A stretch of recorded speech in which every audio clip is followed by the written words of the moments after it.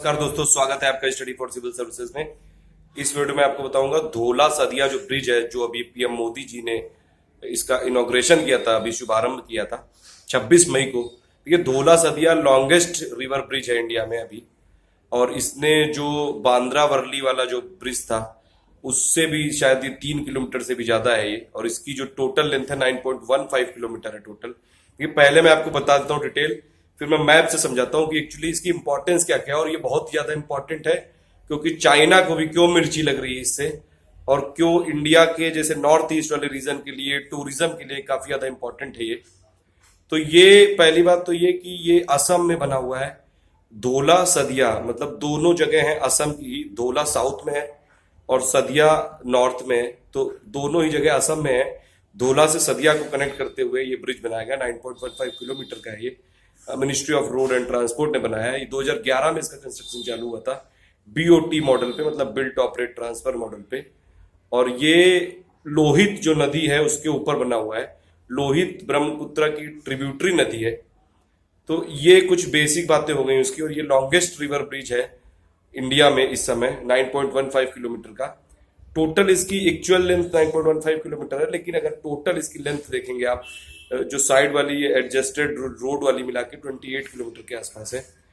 अब देखिए, ये सब हो गई जो फैक्ट वाली बातें हैं।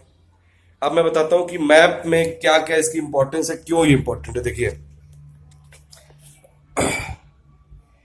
ये आप असम देख रहे हैं, ठीक है। ये असम वाला रीजन आप देखिए पूरा। अब इसमें देखिए एक ये जगह दिख रही है आपको, तेजू। ये अरुणाचल प्रदेश में है।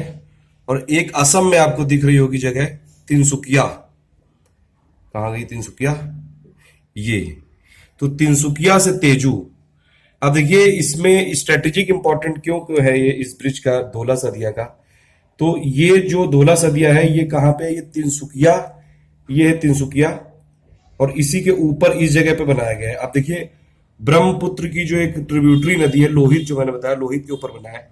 तो ये लोहित है, ये इधर से जा रही है, और ये यहां से जब ये लोहित आ रही है तो ये यहां से देखिए तिनसुकिया यहाँ पे है, और यहाँ पे करीबन ये ब्रिज बनाया गया धोला सदिया। दोनों ही प्लेस असम में है, लोहित नदी के ऊपर है। अब देखिए, इसमें होता क्या है कि जब आर्मी का डिप्लॉयमेंट करना पड़ता है, जैसे जो अरुणाचल प्रदेश में आप जानते होंगे ज्यादातर एरियाज पे चाइना क्लेम करता है अपना, तो उसमें आर्मी का डिप्लॉयमेंट करना पड़ता है, और आर्मी जानी पड़ती है। आर्मी को ये अरुणाचल प्रदेश के बॉर्डर एरिया पे भेजना पड़ता है, तो इसीलिए बड़ा इंपॉर्टेंट हो जाता है। बहुत टाइम लग जाता है, 10 घंटे करीबन लग जाता है इस जो नदी के आसपास वाले एरिया को क्रॉस करने में। और करीबन ये टाइम सेविंग हो जाएगी इससे 4-5 घंटे की। अभी तक का रूट यही है कि आप पूरा या तो बोट से जाओ, और या फिर आप पूरा ऐसे क्रॉस करके जाओगे अगर आप रोड से, तो बहुत टाइम लगता है उसमें। तो सबसे इंपॉर्टेंट जो स्ट्रेटेजिक इसमें इंपॉर्टेंस है ये कि अब जो आर्मी का डिप्लॉयमेंट हो पाएगा वो यहाँ से जल्दी मूव करेंगे, क्विक मूव कर सकते हैं। दूसरी बात, यहाँ पे कई सारे जो हाइड्रो इलेक्ट्रिक पावर प्लांट भी बन रहे हैं, तो उसके लिए कुछ इक्विपमेंट ले जाना होता है, या फिर कुछ उनकी सिक्योरिटी से रिलेटेड अगर कभी कोई खतरा हो गया तो यहाँ डायरेक्ट ये लोग मूव कर सकते हैं। तो दो चीजें तो ये हो गई। दूसरी एक और बात है कि अरुणाचल प्रदेश में कोई इस समय एयरपोर्ट नहीं है, तो ये अगर रोड से डायरेक्टली आप ये ब्रिज से कनेक्टिविटी कर देंगे रिवर के ऊपर से, तो अरुणाचल प्रदेश का जो कनेक्टिविटी काफी अच्छी हो जाएगी। ये 2-3 बातें हैं इसमें, ये काफी इंपॉर्टेंट बातें हैं। चाइना की तरफ से भी रिएक्शन आया है कि चाइना कह रहा है कि ये संयम बरते और ये सब चीजें करें। लेकिन चाइना ने भी अपना यहाँ पे कई सारे जो तिब्बत वाले रीजन है, यहाँ पे डैम है, पूरा रोड सब बना रखा है। अब इंडियन गवर्नमेंट ने अगर नॉर्थ ईस्ट की तरफ ऐसा देखना चालू किया तो बड़ी अच्छी बात है ये, और इसीलिए ये बहुत ज्यादा इंपॉर्टेंट है। इसमें देखिए, ये जो धोला सदिया जहाँ पे बना है ये, या तिनसुकिया के ऊपर इधर बना है, दोनों ही प्लेसेस, धोला मतलब साउथ में, सदिया नॉर्थ में, दोनों असम में, ये याद रखिएगा ये। अब यहाँ से जो असम की राजधानी दिसपुर है वो 540 किलोमीटर है, और जो अरुणाचल प्रदेश की राजधानी है ईटानगर, वो भी 300 किलोमीटर है। मतलब जो इसको ऐसा बनाया गया है, सेंट्रली लोकेटेड बनाया गया है कि कहीं से भी आप मूव करना हो तो आप यहाँ से मूव कर सकते हैं। अब असम तक तो कुछ कुछ रोडें बनी भी हुई थी, लेकिन ये अरुणाचल प्रदेश के आसपास वाले एरिया में नहीं थी, और इस जगह जो पानी वानी काफी था तो क्रॉस करना बड़ा मुश्किल हो जाता था, लोगों को भी बड़ी दिक्कत हो जाती थी। तो इसमें इसीलिए इसको ऐसा बनाया गया है, इस ब्रिज को 9.15 किलोमीटर का है। दूसरी बात एक ये भी है कि जैसे आर्मी के जो बड़े बड़े टैंक होते हैं, या फिर कोई अगर कभी इमरजेंसी आ गई, कभी चाइना ने कुछ अटैक कर दिया या कुछ ऐसा हुआ, तो इस ब्रिज की कैपेसिटी है करीबन 60 मिलियन टन की है इसमें। और ये काफी ज्यादा जो आर्मी के टैंक्स हैं इन सबको मतलब वहां से ट्रांसपोर्ट करा सकता है, इस ब्रिज की इतनी कैपेसिटी है।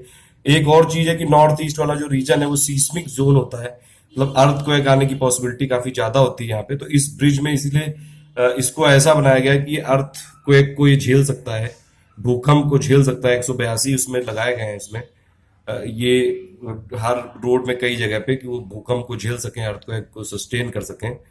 ये सब चीजें पहले से सोच के बनाई गई है। 2200 करोड़ रुपए का कुछ इसमें टोटल खर्चा आया है। और 2017-26 मई को इसमें इनॉग्रेट किया था पीएम मोदी जी ने। तो ये कुछ इंपॉर्टेंट फैक्ट है, और ये स्ट्रेटेजिक इंपॉर्टेंस बहुत जरूरी है, ये आप जरूर याद रखिए कि अब यहाँ पे जैसे इस नदी को क्रॉस करने में, असम वाले एरिया से निकलने में, बॉर्डर करने में, मतलब अगर अब यहाँ पे जाना है आपको अरुणाचल प्रदेश वाले रीजन में, तो यहाँ से क्रॉस करना पड़ेगा ना। तो आर्मी को क्रॉस करने में बहुत टाइम लग जाता था, तो अब ये ब्रिज क्या करेगा, 5-6 घंटे, 7-8 घंटे के करीब टाइम रिड्यूस कर देगा, जिससे आर्मी जल्दी डिप्लॉय हो सकती है। कभी कोई इमरजेंसी हो जाए, कोई प्राकृतिक आपदा आ जाए, तो भी जा सकती है अरुणाचल प्रदेश में। हाइड्रो इलेक्ट्रिक जो पावर प्लांट है उनकी सेफ्टी के लिए, उनके इक्विपमेंट्स के लिए, उन सब के लिए भी जा सकती है।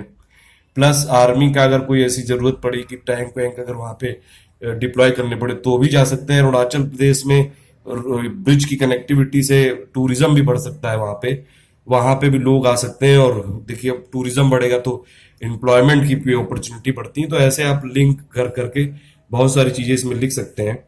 एक चीज और निगेटिव जरूर इसमें हुई है, क्योंकि अभी तक जो लोग जैसे यहाँ से तिनसुकिया से ऊपर जाते थे, अगर यहाँ धौला सदिया के बीच में, तो रिवर से जाते थे, तो कई सारे लोगों का वो रोजगार था, वो बोट से वो लोग करते थे। तो बोट वाले जो 150 के करीब है बोट, अब उन लोग की जॉब जरूर छिनेगी। तो वो सब चीजें भी, कुछ निगेटिव चीजें भी हैं, कुछ पॉजिटिव भी हैं, ज्यादातर पॉजिटिव ही हैं। तो अब ये याद रखिएगा, इंडिया का लॉन्गेस्ट जो ब्रिज है इस समय, वो है धौला सदिया ब्रिज, और इसको भूपेन हजारिका के नाम पे कर दिया गया है। तो इसको भूपेन हजारिका ब्रिज भी बोलते हैं, ये आप याद रखिएगा। दोनों ही पार्ट, धौला और सदिया, दोनों ही असम में ही है। और इससे अरुणाचल प्रदेश के बॉर्डर पे आर्मी को डिप्लॉयमेंट के लिए, ये सबसे इंपॉर्टेंट है इसका चीज, याद रखिएगा। जितनी भी न्यूज़पेपर में खबरें आई थी, मैंने सबको समराइज करके आपको बता दिया। लोहित के ऊपर से जा रहा है ये ब्रिज। लोहित क्या है? लोहित ब्रह्मपुत्र की ट्रिब्यूटरी है, सहायक नदी है। ठीक है, थैंक यू फॉर लिसनिंग। और इसमें पूरा मैंने आपको स्ट्रेटेजिकली इंपॉर्टेंस बता दिया है, इसमें इकोनॉमिकली इसमें इंपॉर्टेंस बता दिया है, क्या क्या हुआ ये सब बता दिया। Ministry of road and transport है भूपेन हजारिका, क्योंकि असम के सदिया जगह के काफी फेमस पर्सन है, तो उन्हीं के नाम पे इसको रख दिया गया है। Thank you for listening, please do like and share.